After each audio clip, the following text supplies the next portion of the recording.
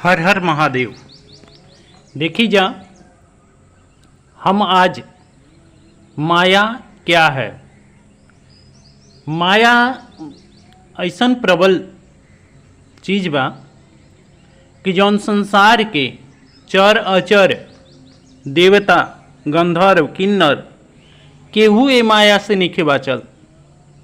स्वयं भगवान शिव, ब्रह्मा, जितना देवगण, तीनों लोग 14 भुवन के बा, सब के वो ये माया में पड़ल बा और ये माया से दुख और सुख के प्राप्ति कैले बा।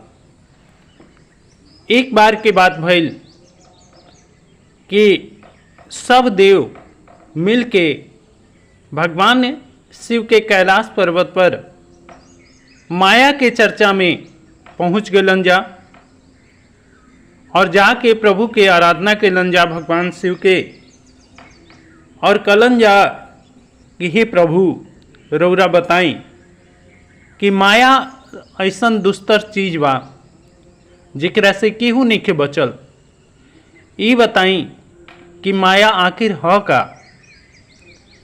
ई बात से भगवान शिव अति प्रसन्न भइले और सब देवगण के संबोधित करके भगवान शिव कहले कि देखी जा, माया वाकई सबसे प्रबल चीज बा। संसार के केहू ओकरा से निखे बाचल और जे बनौले बा उहो आपन उनका के लीला कहली या लीलाधारी कहली, उहो माया में पढ़ के बतौले बने कि माया केहू के नहीं छोड़ ले।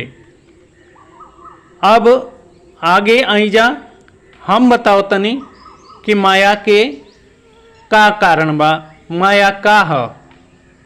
एक बार शेष सैया पर भगवान विष्णु जी विराजमान रहन। उनका भी भगवान के परम भक्त नारद जी नारायण नारायण करत पहुँच गए और कनी कि ही प्रभु, हम तो ब्रह्म ऋषि हैं और ब्रह्मा जी के मानस पुत्र हैं, और मानस पुत्र होखला के कारण शायद ई जौन माया बा ई हमनी के ना व्यापी, काहे कि हमनी के राउर भक्ति करे नहीं जा। ये पर भगवान विष्णु जी मुस्कुरा के कहलें कि हे नारद, माया केकरा नइखे व्यापल, ई तू बतावा। माया चाहे भक्त होके, चाहे राक्षस होके, चाहे गंधर्व होके, चाहे किन्नर होके, चाहे कि देवगण होकस, सबकी माया नचावेला और ये माया में केहू ओकरा से बच ना पावेला। ये चलते ये माया के मत जाना, जनबा तो बहुत हानि हो जाई। कहलें कि हे प्रभु, हम माया के जानल चाहतनी। ए पर भगवान विष्णु तुरंत आपन माया जाल फैलौले और देखते देखते नारद के लेके ओ एगो घनाघोर जंगल में पहुँच गए। घनाघोर जंगल में पहुँच के और आपन मायापति माया जाल फैला देने। मायापति भगवान विष्णु जी ओजा खूब जोर से चिल्लाए लगने कि हे नारद, जल्दी से जल्दी हमरा खातिर जल ले आवा, नहीं तो हमार प्राण पखेरु उड़ जइहें। अब नारद घबरा गए और नारद जी फटाफट जल के तलाश में इन्हें उन्हें भटके लगले। भटकत भटकत वो एगो तालाब के किनारे पहुँचने, स्वच्छ जल झरना से गिरत रहे।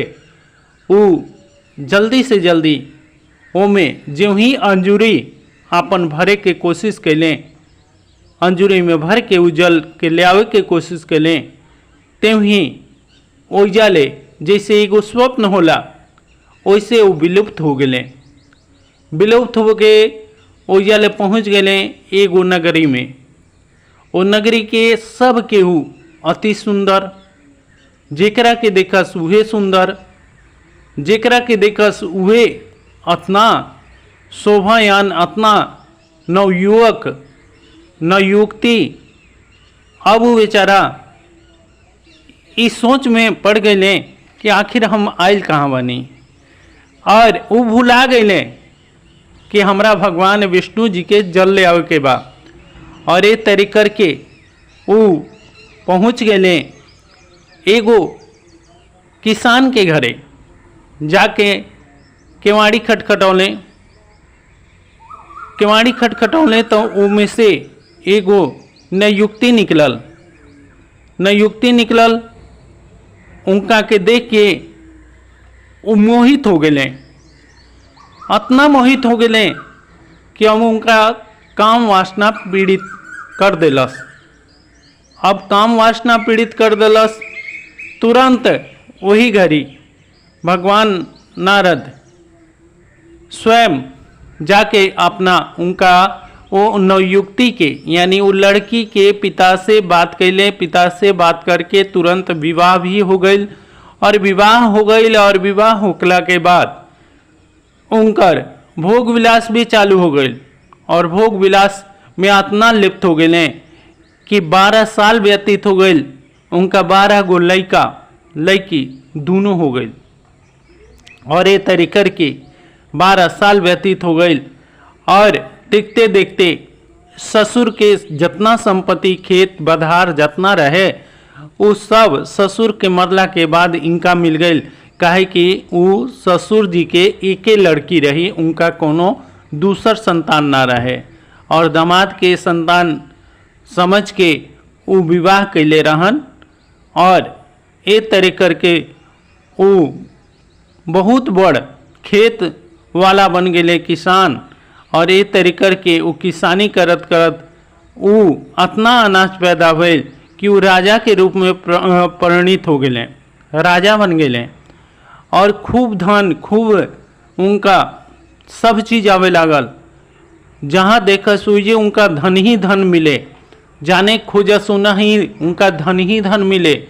और ये तरीके खूब बड़ा महल बन गई, और खूब सुंदर अपन 12 लड़का लड़की के संगे आनंदित रहे लगले आपन। ये तरह करके अब एक दिन के बात भइल कि बहुत जोर आंधी तूफान आ गई। आंधी तूफान आ गई, और आंधी तूफान के संगे संगे घना घोर बादल उमड़ गई, और जौना के चलते बाढ़ भी आ गई। और बाढ़ से पूरा नगर त्राहिमाम मच गई। पूरा नगर में हलोहल मच गई, कलोहल मच गई, और सब केहू डूबे लागल। एजा तक कि पशु पंछी सब केहू भागे लागल, केहू भी ओकरा से ना बाज पावल। देखते देखते इनकर जब सुबह भय, जब वो देखलें कि अरे दादा ये तो बाढ़ के पानी उनका महल के तरफ आवता। देखते देखते महल डूब गए, और वो एक हाथ से अपन पत्नी के, एक हाथ से उनकर जब जौन सबसे छोटा बच्चा रहे ओकरा के पिठैया यानी कि अपन कंधा पर ले लें। 2 गो बच्चा के हाथ धै लें, और बाकी सबके कहलें कि तुहन जना तैर के निकला जा। और ये तरह करके वहन जना जब बाढ़ से निकले लगलन, जब बाढ़ के चपेट में धीरे धीरे धीरे धीरे उनकर देखते देखते 9 गो लड़का बह गए। अब नारद पत्नी के पूरा हाथ जोर से पकड़ ले बने, अपना शरीर से सटौले बने कि उनकर पत्नी उनका से जल्दी विलुप्त ना होकस। और कहा तने कि हे अर्धांगिनी, तू कोशिश कर हमरा के पकड़ ले रहिया। तू चाहे जितना हो जाई हमनी के डूबल ना जाई, और हमनी के रहम जा तब फिर से संसार हमनी के बस जाई। और ए तरीके के और देखते देखते उनकर इतना पानी के धारा निकलल के ऊपर के जौन लड़का जौन कान्हा पर बैठौले रहन उहो दह गए। ओकरा के बचाव में तब तक के हाथ से दोनों लड़का छूट गए सा। तीनों लड़का फिर से दह गए सा। ए तरह करके उनकर 12 लड़का दह गए सा। 12 लड़का दह गए सा। अब ये बेचारा अपन पत्नी के बचाव में बड़ा कोशिश में लागल रहन, और पत्नी के बार बार हाथ से कबो गर्दन से कबो कुछ से ओकरा के पकड़ के कबो बांधे के कोशिश कर। ये तरह करते करावत उनका बांधे के चक्कर में कि हमार पत्नी हमरा से दूर मत होकस। ए तरे करते करावत उनकर पत्नी के भी हाथ छूट गई और ए तरे देखते देखते वो पत्नी भी ओइजा से बह गईली और बह गईली। अब नारद दुखी और उनकर कब उनका उहो दह गईले और उनकर पत्नी भी दह गईली और उदह के कीचड़ के किनारा पर जाके जहाँ नदी के बहाव रहे वो कीचड़ में किनारे पर पड़ा रहन। और जब उनकर आँख खुलल तब का देखत रहे हम कीचड़ में पड़ल बनी और ये तरी करके और फिर से वो अब उस सोच में पड़ के खूब जोर से भगवान के रोवत रहे कि हे प्रभु हम कहाँ आके हमार पत्नी भी चल गई, हमार बच्चा भी चल गई, हमार धन दौलत सब चीज़ चल गई। हे प्रभु अब हम का करी, हम कैसे जीही, हम केकरा सहारे जीही। और ए तरह करके फिर से वही कीचड़ में मुंह लुकवा ले लें। जब कीचड़ से मुंह उनकर ऊपर भइल तब का देखा तने कि फिर उहे तालाबवा के नज़दीक खड़ा बने और तालाब के नज़दीक खड़ा बने। अरे ई का हम तो आए रही भगवान विष्णु जी प्यासल बने, उनका खातिर पानी ले जाए। फटाफट दोना बनौले और पत्ता के दोना बना के उनमें पानी भर के और ले जाके भगवान विष्णु के दिले। विष्णु जी कहा तने कि अरे भाई आधा घंटा हो गया तारा गैला और आधा घंटा में तू अभी पानी लेके आओ तारा, तब तक तो हमार प्राण उड़ जाइत। तू तो बड़ा यार हमारा से यारी निभाओ तारा। अरे तू ही तो हमार सच्चा मित्र बाड़ा नारद, जब तू ही हमारा संगे ये तरह छल करबा तो कैसे हुई। अब नारद जी सोच में पड़ गए, कहा तनी कि हे प्रभु रौरा ये बताई कि हमारा के संगे ये का भइल है।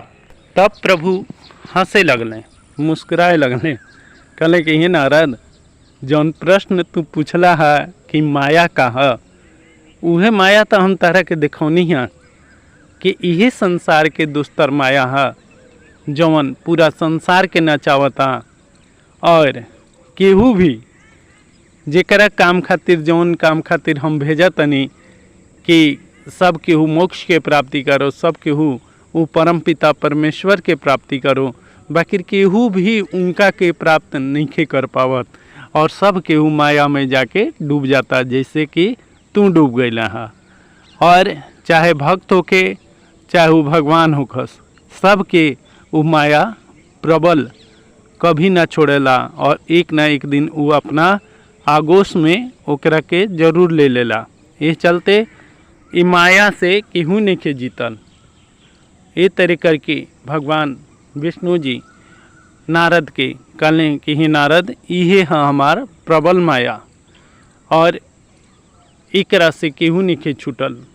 काहे कि हम स्वयं मायापति हैं और जब हम अवतार लीना तो यही माया में पड़ के हम तरह तरह के दुख भोगीना, तरह तरह के सुख भोगीना। हर हर महादेव, जय शिव गुरु।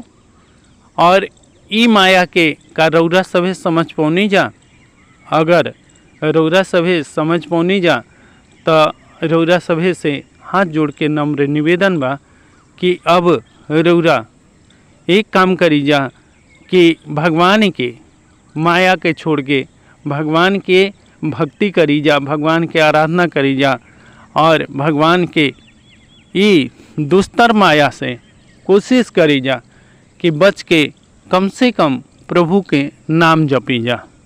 और जब नाम जपम जा तब जाके भगवान में विलीन हो जाइम जा और एक न एक दिन मोक्ष के जरूर प्राप्ति करम जा। जय शिव गुरु।